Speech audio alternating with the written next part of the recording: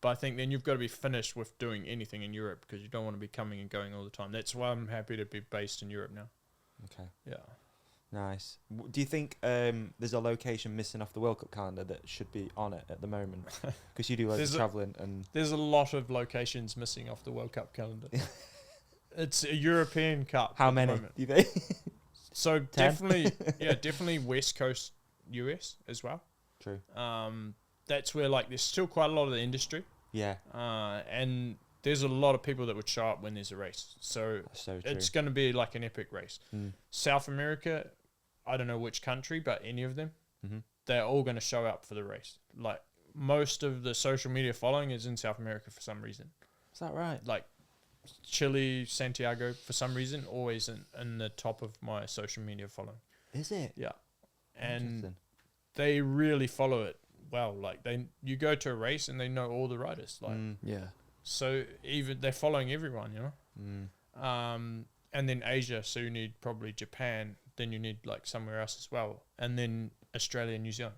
So so then you would have a World Cup. Then it's a World Cup. Yeah.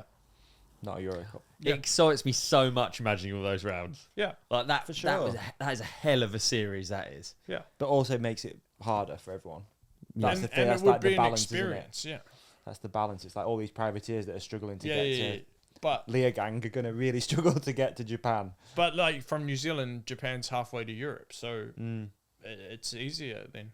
True. Very true. And if you call it the World Cup, then it would really be the World Cup then. Yeah. Yeah, and then the feeder series, if you could somehow manage to cover them well, then they should take up the... Yeah, they do all the European rounds that we take off to do those ones. Yeah. Yeah. But, yeah, those places would get the numbers for sure. Maybe there's something in that, you know, again, looking at how they've done it with the Supercross thing at the moment with the World Supercross. Maybe you've got this elite field that travels. Or the Live Golf Series. Exactly. Yeah, or the Live Golf Series. But that's this is the Live mountain biking. Yeah, it's kind of... There's something there, eh? Like, we could have a race series that does those events. The travelling series. Just need a title sponsor. I guess there's the whole like, I guess there's the Saudi whole Arabian oil lord. If you're watching and you like mountain biking, get in touch. Yeah, info at the Ride Companion. Okay, we'll make it happen. Yeah, we'll take your money and manage it. Lovely. We'll make sure it goes to the right place. Moto series is doing all right, isn't it? I mean, it is. Yeah, it's kind of what we're talking about in a way, right? They've branched off from the regular stuff and created a World Series. And it's only small right now, but the fact that it came to Birmingham, and I didn't really realise, to be honest, like I went to watch it, and I didn't know too much about the whole thing, but then it kind of all started to make sense, where you're like, this is like the travelling circus. These are the top guys that they could get. Some are still doing outdoors or whatever, and some don't have contracts and whatnot, but like, this is the people are showing up to see just those big names, and it does kind of work. Like, you could do a top 30 or a top 15 that's the travelling circus. I mean, 15 for women, you know, travelling circus. That is the World Cup, and it's got really good, you know, what would you call it, production behind it and all that sort of stuff. Maybe there's something in that. I don't know. I think, Red Bull and some urban races as well in the World Cup, I think would be cool. I think because urban downhill would be so sick like, in the World Cup. How many people show up to watch those things? Yeah, maybe the course is a bit sketchy, but how many World Cup courses are not sketchy? Like, if you crash in a World Cup and you hit a tree on the side, it's going to be the same as hitting a metal bar on the side of an urban track.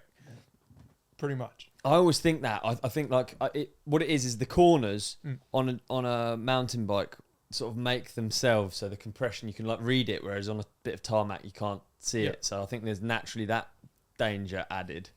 But otherwise, you're exactly right. Like, you can go slower and make it safer if you want. Yeah. But you can go fast and take all the risks. But the same at a World Cup. There's some riders that are risking it every run, even in practice. Would you do more urban races? I like them, so I would like to do more, yeah. I loved your bit on the Guanajuato one on the Cerebao series. That's good. That's good. Yeah, it was insight.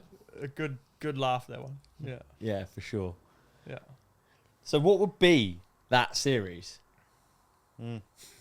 If it's got let's say two urban rounds. Yeah. Would you say this would be a dream series for you? I think so. The Dream Series, that's a great name for it. The Dream Series. So what would be the Dream Series? And which locations? I like this. This is exciting. Well, I think you kind of have to go to Valpo because it's like a traditional favorite urban race. So that would be the urban one. One urban of them, round. yeah. And then you need another urban one, probably somewhere in South America as well, because they're the biggest there. Yeah. But it would be a shame not to have like one of the places that have really good mountain bike trails in South America. Yeah. The double And header. then Japan, you need a downhill race.